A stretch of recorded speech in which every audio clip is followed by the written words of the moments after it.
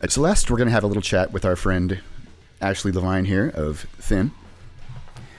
So Thin just dropped your new album, Dusk. Which we covered on episode 94. Yes, you did. Thank you for the kind words, gentlemen. Yeah, of course. As always. Of course, yeah. Definitely one of my favorite releases this year so far. So, where did you get your start in music? What was your first band? Was Mary Todd your first band? Like your first gigging band? Yeah.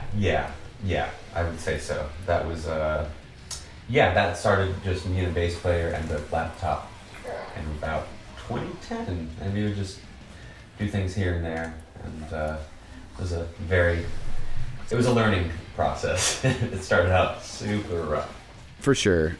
That's like all music is an experiment, basically, you know. Yeah, it was rough. That was definitely the first one. So what got you into grindcore? Damn. It's a good question. The short answer is, is that a short answer? I don't know. Or like extreme music in general. I'll probably the band Thursday. Tell you the Okay. truth. They're super Thursday. influential for me. Yeah, I still love them. Full Collapse is probably my favorite album. My boy. Yeah, hell yeah. And I love Screamo. I think Levi's a Thursday enjoyer. Yep. I don't know, that kind of was a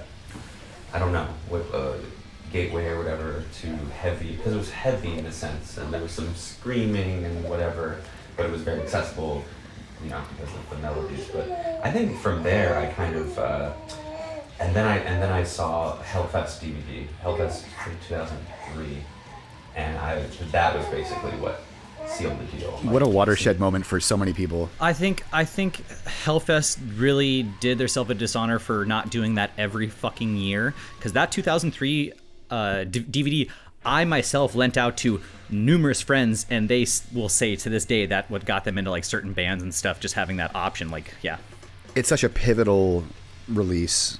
There's very few DVDs that are so important in terms of modern hardcore and metalcore or whatever. The crazy multiple camera angles, the how they had everything plugged in with the audio. It was really well done. The insane lineup of bands.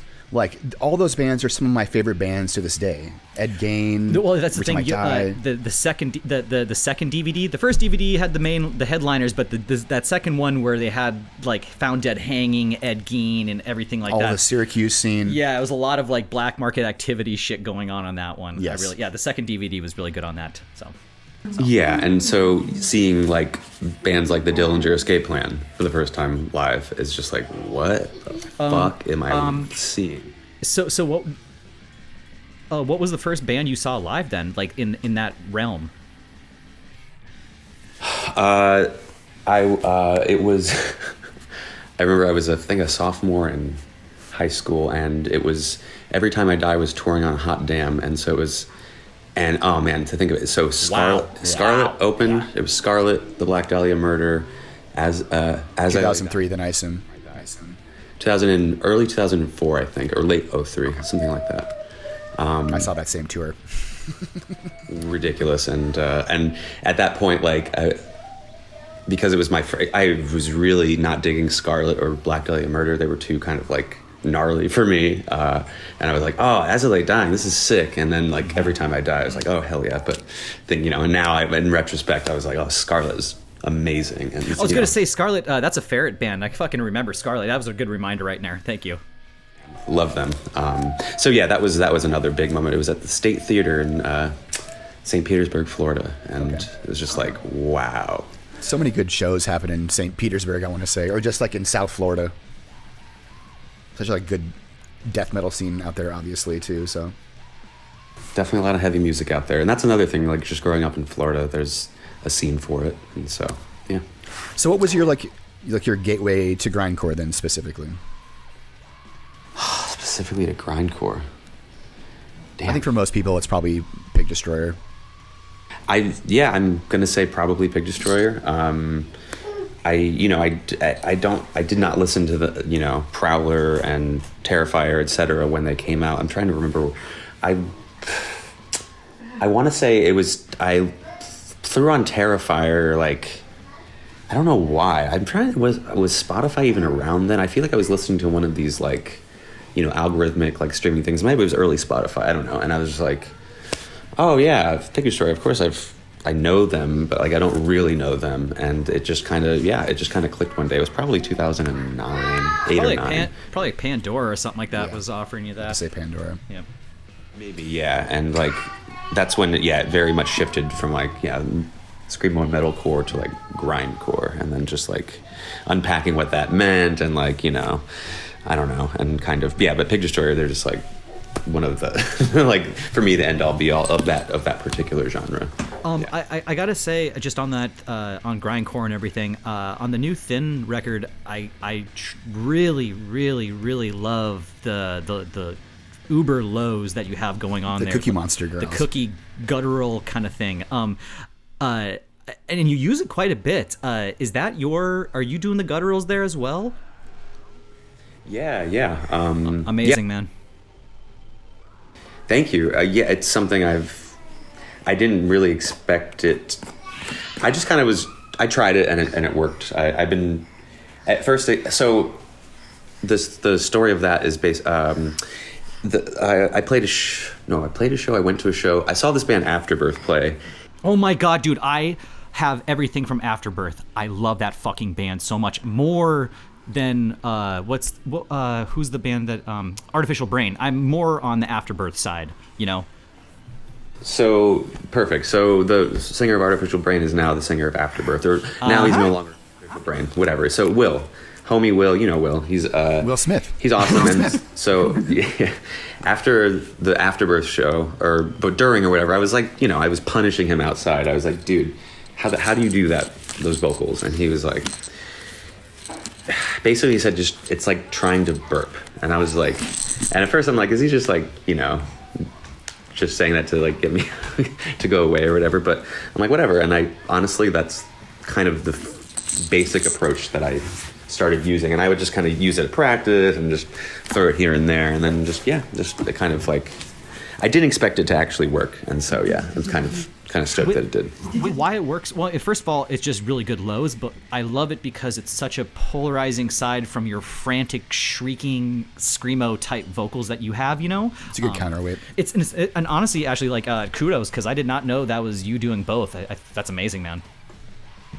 That's just as hard as like screaming and singing. And I feel like in the same track, going from that fucking ultimate high to that ultimate low.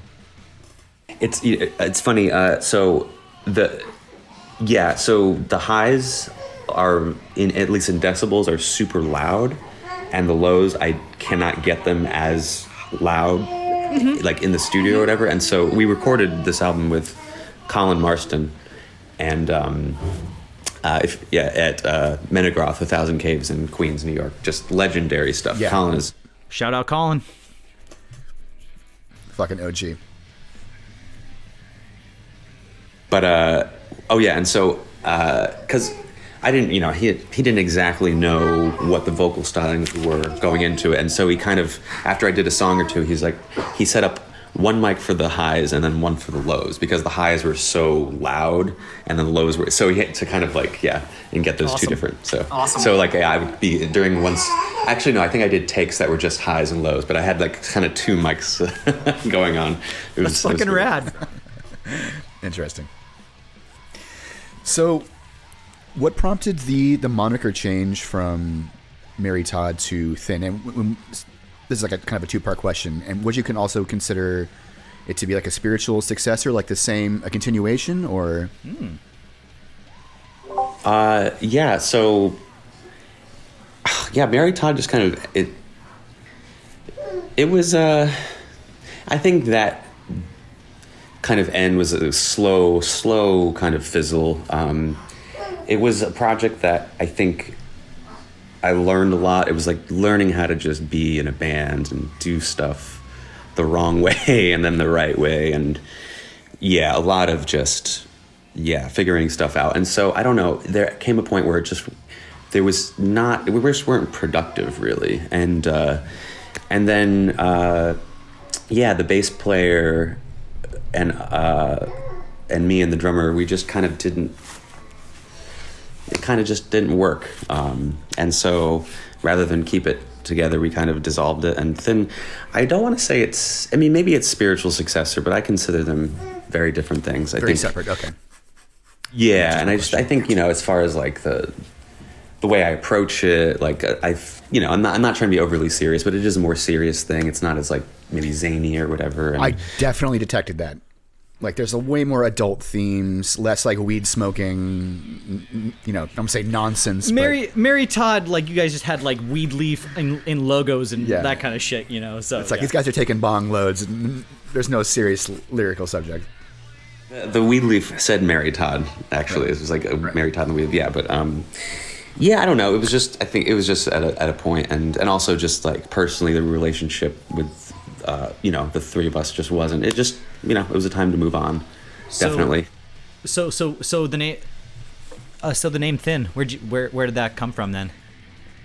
I wish I knew like exactly the moment, but I just think like on the one hand, the word, it's just like kind of there's something about the word that's kind of like strange and like maybe a little sinister sounding and like just off, and like maybe you don't know it's a heavy band or whatever, and like I kind of like that it's not you don't exactly know, you know, and maybe that's not good for marketing yourself. I don't know, but also it's kind of a joke because we thought like it would be funny to, after you know, a band plays, to go up to them and be like, dude, that was sick. Your tone was so thin. Like, but act as if it's a compliment. And like, you know, because if somebody says that to you and you're like, wait, what? Like, you know, so it just kind of, you know, it was just kind of a joke. And did someone say that to you? Did I say that to you? Yeah. Did we say that? No. Did I say that on this podcast? Oh my God, Ashley's tone's a bit thin. You're like, no. Thank you. I really appreciate that. Yeah, and so, you know, we're just like, yeah, let's just go with it. It's simple, you know, monosyllabic, or, you know, one syllable thing. Those are all the rage. Yep. I want to ask you, how did you get hooked up with, you know, the record label that you guys are on right now? And 12 Gauge. Yeah. 12 Gauge has been around for fucking ever. Shout out 12 Gauge. Yeah, how'd that work out? Goated label. Shout out Jihad. Indeed.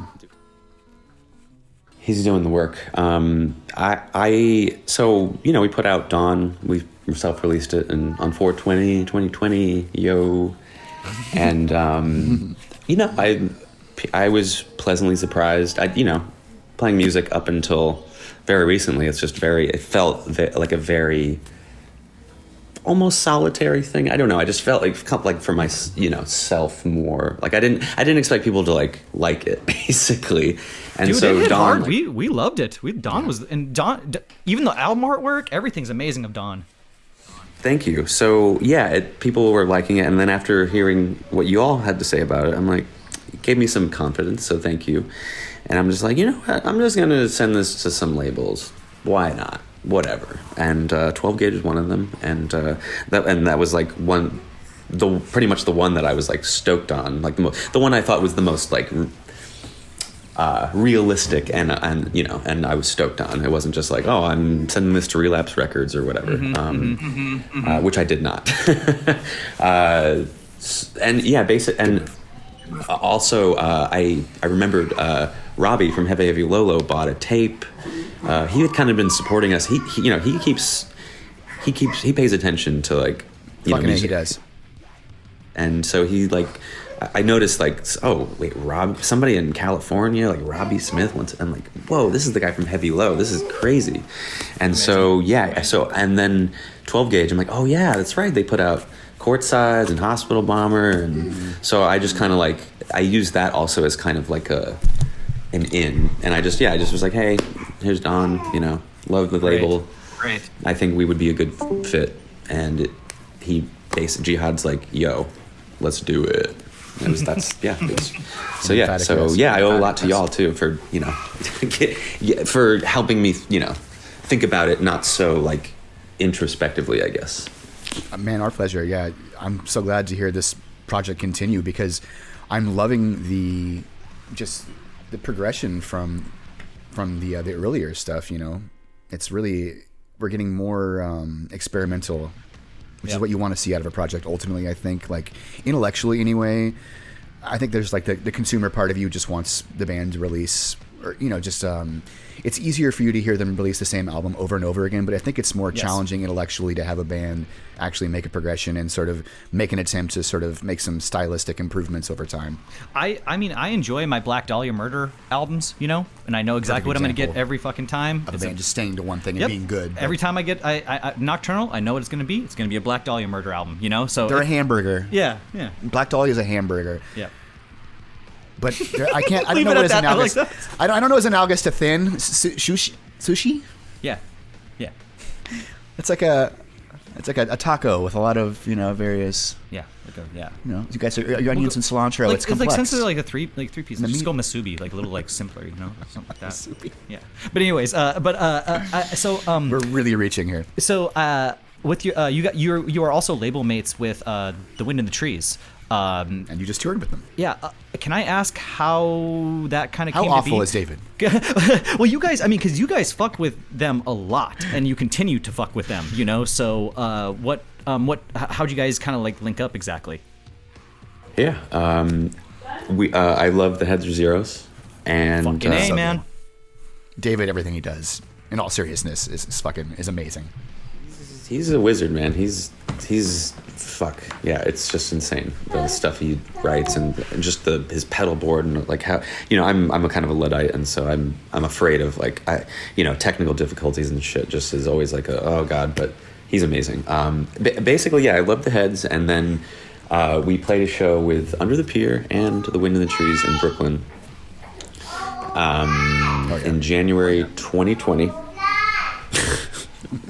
I think my daughter is all done in the bathroom. I hear that. Alrighty. Good for you. Good for you. I love that for you. And so we played a show. Yeah, we played a show with Under the Pier and The Wind in the Trees, and I'm like, oh shit, The Wind in the Trees, and that's shortly. Oh no, they had already released The Gift of Bricks from the Sky like a year prior, and I was like, this is awesome. Like this is for me it was almost like a continuation of the Heads in a sense because of Dave and his like you say his very identifiable guitar work and tone and stuff. So I was just like, I love this, and they killed it live, and we hit it off, and I was glad, and I'm like, dude, I love your shit, and then that was kind of it, and then after we linked up with 12 Gauge, we were going into the studio for more stuff, and we had the 4-way split that we had material for 2 splits, and I was thinking like, dude, we should just do a split with The Wind in the Trees. Like, I like this band a lot. I basically, it was just me. I'm just like, dudes, we have to do this. Kudos on just like staying visible that way. Like, it was definitely a good way to just stay on people's minds to drop that split, the 4-way split, which is very strong, by the way, and definitely the Twit split was even better. Thank you. Yeah, those two things we're fortunate to have those things happen. I was again the 4-way split was just out of nowhere. Vixen Ma was like, "Hey, let's do a split." Like, shit, okay. But yeah, and so I was like, Jihad, I want to do a split with this band, The Wind in the Trees. They're really sick, and he was like, all right. And then he heard their stuff and he said, because they recorded their split stuff at the same time they recorded the tracks for what became Architects of Light, and so Jihad's like, yo, let me hear that stuff, and he's like, all right, I'm gonna put that out too. So basically I was just like, Jihad, amazing. That's what I was hoping was the story. Yeah, y'all are prolific. And I was like, yeah, let's tour together. It was basically me pestering Dave until he's like, okay, and then now we're all homies, and we've done pretty much 2-week tours together, and it's been awesome. Absolutely. Great, man. So how did you link up with Fernando? Because I feel like he's been your songwriting partner for a long time now. Yeah. Fernando, the Mary Todd's old drummer, Josh Harris, moved to California. God damn it! In 2016, and so we were just like, "Fuck, what? Are we gonna be a band?"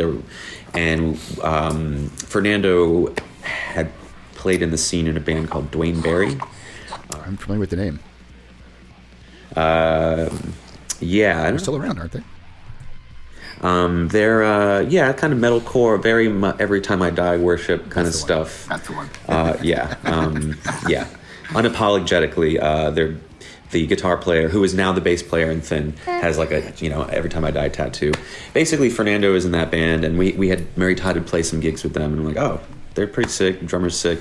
Let's see if and at that point, Dwayne Barry had also stopped, and so we were just like, oh, maybe he's not doing anything, and it worked out. Fernando wasn't, and then from there we kind of just kept writing, and it's a good fit. And then after Mary Todd dissolved, we were minus bass player, and the Dwayne Barry guitar player Andrew joined Thin as the bass player, and because Andrew and Fernando had such a history together, and they just really they have such good chemistry, like it just really works really well. I was about to say, the chemistry, Andrew seems like he fits right into what you guys are doing.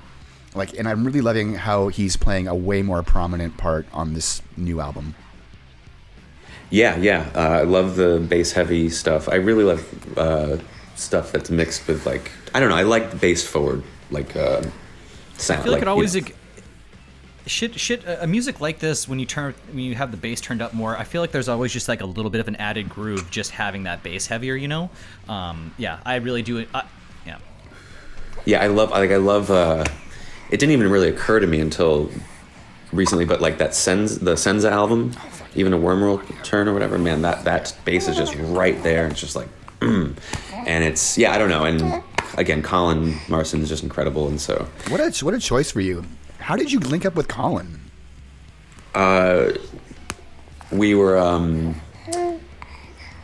so we've done all of our stuff with Scott Moriarty at Backroom Studios, and he's like the homie, just the man, and we were just like, okay. Yeah, and Kevin's awesome too. It's Kevin's studio, and Scott is one of the engineers there, right? And go. And I'm sorry, just lost my train of thought. My toddler's wiling out. It was about linking up with Colin. So basically, we're like, I wonder, let's. Scott's the homie, but like, let's try another engineer, And we were thinking of hitting up Kurt at God City, which we actually did. We hit up God City. That was kind of our, like, why not? And Jihad's like, let's do it, man. Because he's so supportive, man, and so we hit up Kurt, and unfortunately Kurt's schedule did not work, and neither did Zach. Is that the engineer, the other engineer there? I think. Zach Weeks. Yeah, I mean, we would have, we were stoked to work with either, and unfortunately it didn't work out because we were going on tour, and then Converge was going on tour, so it just didn't work out, and so another really awesome grind band from New York City, Chapang, who I highly recommend. Wait, they're from New York now? Sorry to interrupt. They're kind of, they call themselves Immigrindcore. Their members are kind of from, a lot of them from Nepal, but they're from all over, and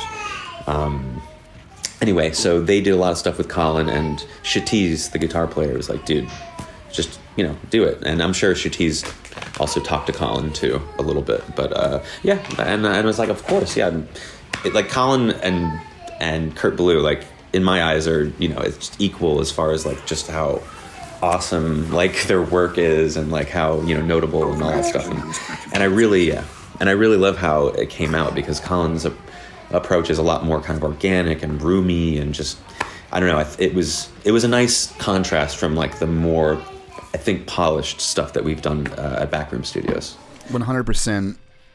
I think it definitely served you to go with Colin this time, especially given the sort of the more experimental. I was just gonna say that, for lack of a better word. Yeah, I think Colin's definitely gonna just do more thumbs up to you, just on everything. I'll give you more room to get outside of what is probably expected of you. Yeah. It allow you to get out of your normal framework. And as a producer, I can imagine he can probably add a lot to that specifically. I think I'd just be nervous recording around Kurt. That too. I'd be nervous recording around Colin too, honestly. I mean, the guy plays fucking two-handed all the time. Yep. I mean, I feel like an absolute goon playing my guitar. Yep. Try to do a little sweep arpeggio. He's a bit understated. He kind of like, and he kind of does his thing, but he, I don't know. For us, we barely had to like give much input. He just knows. He's just so intuitive. He just knows. He just knew what we wanted. Just boom, done it. And a cool guy, and obviously like loves the, we smoked with him and stuff, and he has like a suffocation grinder. It's just like sick. I really enjoyed interviewing him. Like he was fucking chill. Yeah. Yeah. Behold played at a gay bar here in town, and it was it was just the best crowd to to play to just an unsuspecting crowd is one thing, but with Imperial Triumphant, dude, it was at I believe it was something like it was like True North or North Star or something like that. It was in the Soma district, but at only time the Eagle, yes, the Eagle. Anyways, it was a great little set, like maybe like 25 people there, and it was a great interview. A bit better than that. Solid back hangout area though. That's all I remember. That great outdoor area. Yeah. Anyways, but yeah, incredible show. They play like they're playing to a massive audience. And Lorenzo from Odious Mortem was there. Yep. British info. It was it's just, and his studio is so cool. It's his apartment, and no shit. Yeah, and it's wild. If somebody the previous got two screaming kids here. The previous tenant built it as a recording studio, like back in the 70s or something, and then Colin moved into it. I was like, how the fuck are you getting by with all your neighbors in an apartment complex doing screamo vocals and shit like that? It was built like by somebody into that. Sorry, I'm just gonna move to another room. All good. Yeah, so what were some of your biggest inspirations, like, lyrically for this album? It seems like this is it's much darker, more menacing, ominous. I can't remember the descriptor you used earlier, but it was apt. Yeah, it's just like darker in general. Yeah, definitely.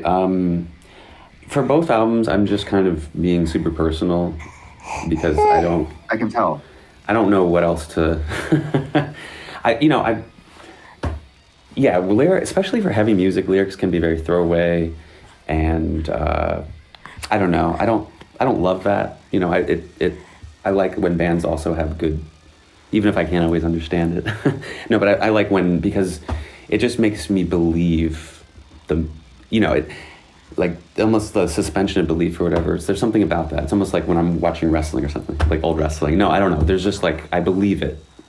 And so I just want to do something that I actually believe. And so, I have to do something super, super personal. And so it's very difficult. It's basically just about growing up. My relationship with my mom wasn't good. I had a bad childhood. I can, kind of leave it at that. But, it's just reflecting on that, and I wrote in like the description that kind of is up on Death Wish and various publications. It's the kind of intersection of nostalgia and trauma, because I think they kind of go hand in hand. Because at least for me, I think back to these times that were hard, but at the same time you kind of have this rosy lens in some ways, because there were some. At the same time, like, there were good times, and you think fondly of places that also have other kind of connotations. And so I was kind of grappling with that because, I didn't want to just be like a boohoo or, what, I don't know. I didn't want it to be too one-dimensional, if that makes sense. And so I was trying to like give this give and take, and yeah, I don't know. Yeah, growing up in Florida basically is what it's about. It sounds like just being deeply introspective has paid off stylistically for you as a musician, like considering that Mary Todd is very surface level, or seemingly surface level anyway, in retrospect. What inspires, like, what are you like trying to channel when you're working on like a Thin song? Damn, that's a good question. I don't know if I have and it doesn't have to be like metal specific even, because sometimes I'm really inspired by shit that's completely outside of, like metal. Yeah, well, thinking about it like that, like, yeah, I mean, I love Well, okay, so a band like Chat Pile, I think they are doing something super interesting. It seems raw and personal in a sense, but also this, but the lumbering and brooding too. I really love that aspect. I think that when I went into the studio, their LP wasn't out yet, so it was one of the EPs, the one that Dallas Beltway is on. That was just on my mind a lot, and so that was something I was challenging. Remove Your Flesh, Please, I think, or something like that. Yeah.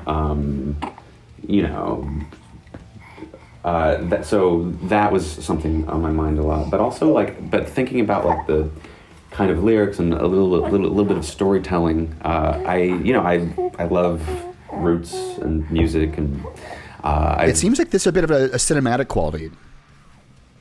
Yeah, I guess so. I didn't think about it like that. But yeah, I guess it could be. I guess, and also because it's so short, I'm trying to really condense what for me is kind of a complicated image and narrative into like very short little thing, and it's prose poetry. Mm-hmm. Yeah. And I really like Blaze Foley. I don't know if you're familiar with him, but he's no longer living, but kind of a Americana folk kind of person. So I like stuff like that. That I don't know. There's something again more storytelling and personal about that, and I also like to play that kind of music, and that's why the releases have had various stringed whatever doodlies on them, because that's another one of my interests. So I assume you're into. Do you enjoy Jim Harrison? I don't know that I know of Jim Harrison. He is very famously, what you might know him for is Barking, which was sampled by Dead in the Dirt. Oh, okay. Yeah, I mean, yeah, for sure. I'm just not, it's not as familiar. I think you would really enjoy it. I think that would be something that would really enhance your life if you enjoy that kind of Americana folk sort of prose.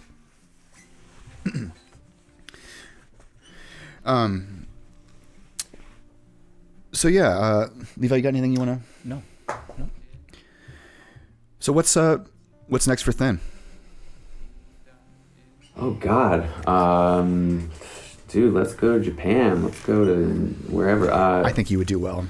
Oh yeah, Japan would be fucking awesome. They would love you. You're like a weirdo grindcore. I want to go to the West Coast. I want to go to out where y'all are. I just want to go to the West Coast. I've never really been there, generally speaking, just very brief periods. And yeah, I want to play some shows and go to Berkeley. I would get in touch with Robbie. I can give Robbie a nudge and be like, help him out. Cool. So yeah, the last couple things have been DIY, extreme, and so, and I guess this one could be too, but I'm trying to look for a little help. So we'll see. But I would love to see you out here. Hell yeah. Cool. So definitely listen to Dusk, which is out now via 12 Gauge Records. The venerable, the one and only 12 Gauge Records. Ashley, thank you so much for being on. Is there anything else you want to plug? You guys got anything coming up? Any tours or shows? Yeah, Finn is playing in New Jersey City on April 3rd, and with this really sick band, Trophy Hunt. They're also from New York. Ides from New Jersey, and this newer screamo band called Pyre. So I don't know. Pyre, I do not know, but I do know Ides because that's the bassist of Inside the Beehive. Oh, no way. Okay. Yeah. They're all, homies. Yeah. Okay. Yeah, we're playing with them. Yeah. And then on the 8th, we're playing at St. Vitus with Dead Hour Noise because they're coming through. So, homies, love them. I love Dead Hour Noise as well. I love St. Vitus. I do too. What a great... Just hearing St. Vitus and the history. Seeing your face, actually, it's the last time I saw you was at St. Vitus, so... I guess it was for me. No, maybe it was Gold Sounds. Was it Gold Sounds or was it Vitus? So Gold Sounds. Yeah. Because, we played the day after the last Dillinger show or something. Yeah. My God. Amazing. That was wild. All right, man. Well, thank you so much again for coming on. Really loved having you. A long time coming, honestly. Like many of our guests recently, I'm like, God damn it. Yep. Why do we not done this? We should have interviewed you on like the last 4 album cycles. Oh, dude, maybe it makes sense now. You know, I have a lot to reflect on, talk about. Yeah. but yeah, seriously, I really appreciate it. This is awesome. Of course, my pleasure. Our pleasure. I'll speak for Levi as well. Mm-hmm. Yeah, that's fine. God damn Thanks, it. Levi. God damn it. So, I guess that about wraps it up. But before we go, just a quick reminder. If you made it all the way to the end of the podcast, kudos. And if you enjoyed it, please do me a solid and go leave us 5 stars on Spotify. Leave us a review on Apple Podcasts. If you have any questions or comments or submissions, send us an email to mathcoreindex@gmail.com.